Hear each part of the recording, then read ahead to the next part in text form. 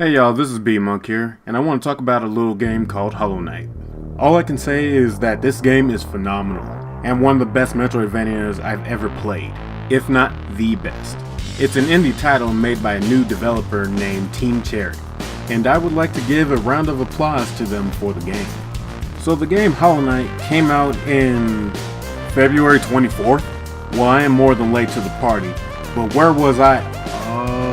Anyways, if you like dreary, dark, sad, and foreboding, Hollow Knight's got you covered like Diet Coke to the regular. The game has many parallels to the Souls series.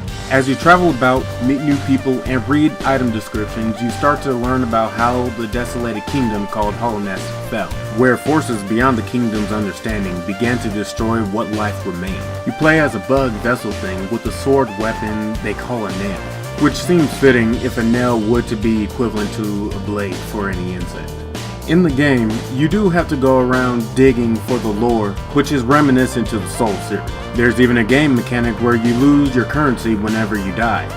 If you return to the area where you perished, you will find a ghost floating around. Defeat your own ghost and you will have all your money returned. That by itself is a unique feature that I haven't seen used in too many games. While I do see the story and atmosphere leading to comparisons to the Dark Souls series, I prefer to compare it to Grandma and Grandpa. As you jump and slash your way through enemies of the kingdom, you have more options to platform and use twitch reactions in some of the later jump puzzles. Hell, the only way to get stronger is to smelt your weapon into stronger forms after finding or earning some of the ore to craft into another blade.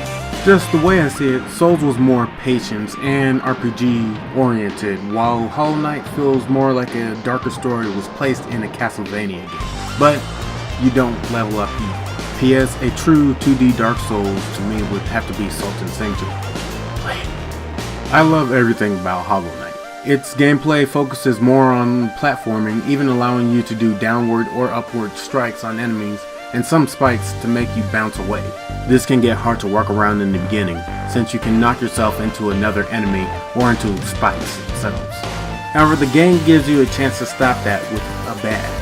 As you travel throughout Hallownest, you will find these badges that can give you different perks or abilities, and not just the whole thing. Depending on the badge, you can either increase the range of your strikes, increase the damage of your spells, or my favorite is to heal yourself with a shell guard to take a hit, but not take damage. Another unique mechanic in the game is the ability to heal yourself with soul at any time. Imagine, if you will, if in some of the Castlevania games you could actually use your own magic to heal yourself, but only in small portions. I can't remember any time where a video game actually allowed you to do that wasn't an RPG.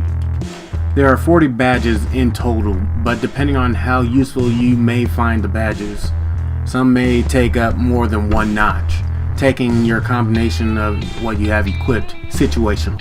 While you may have badges that range anywhere from 1 to 5 notches, you only have about 9 notches themselves, so you have to justify which ones you want to use and what will help you out in the meantime. But the only way to equip or remove any of the badges is to actually be sitting down at the game's saved spots, which are these benches you will find scattered throughout Hallownest. Now, some of my favorite staples in a platform game appear in Hallownest, along with some new ones.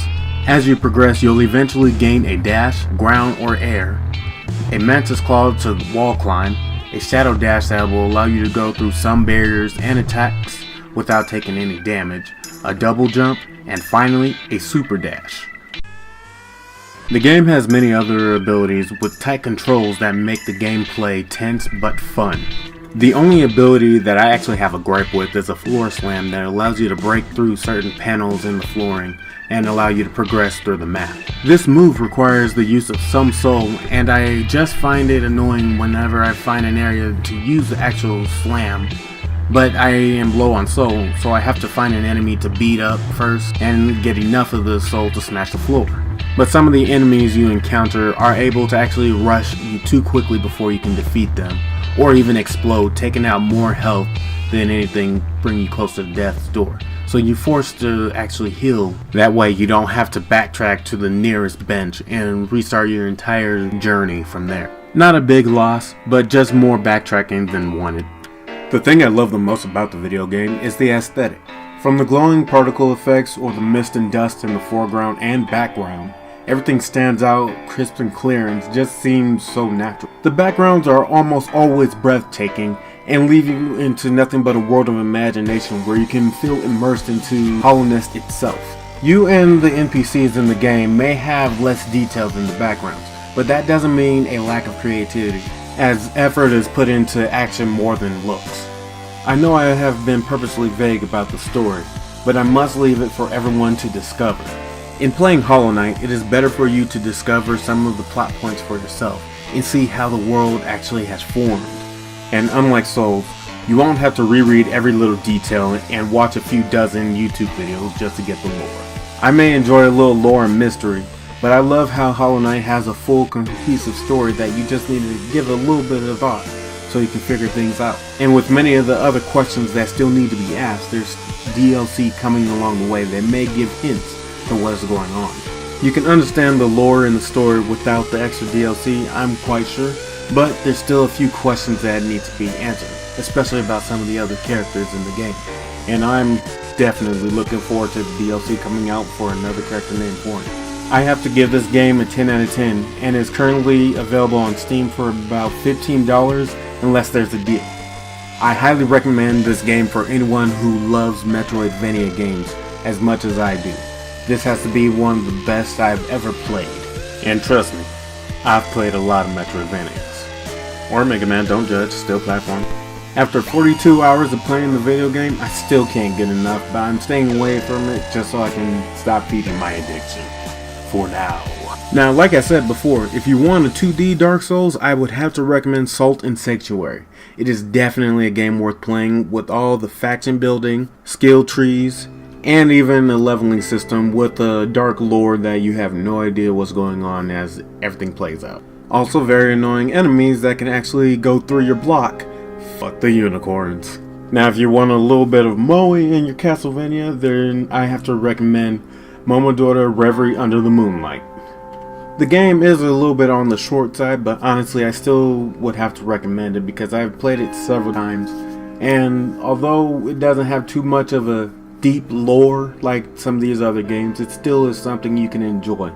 And last but not least, I would like you guys to actually watch Ingenious Clown Gaming and Joseph Anderson on YouTube. Both are more analytical with the game and have in-depth reviews as far as how the gameplay goes.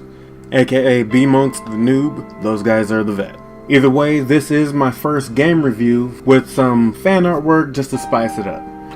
Comment below if you feel like it, like or dislike, it'll help me out. But support your indies, y'all. This is B-Monk, signing off.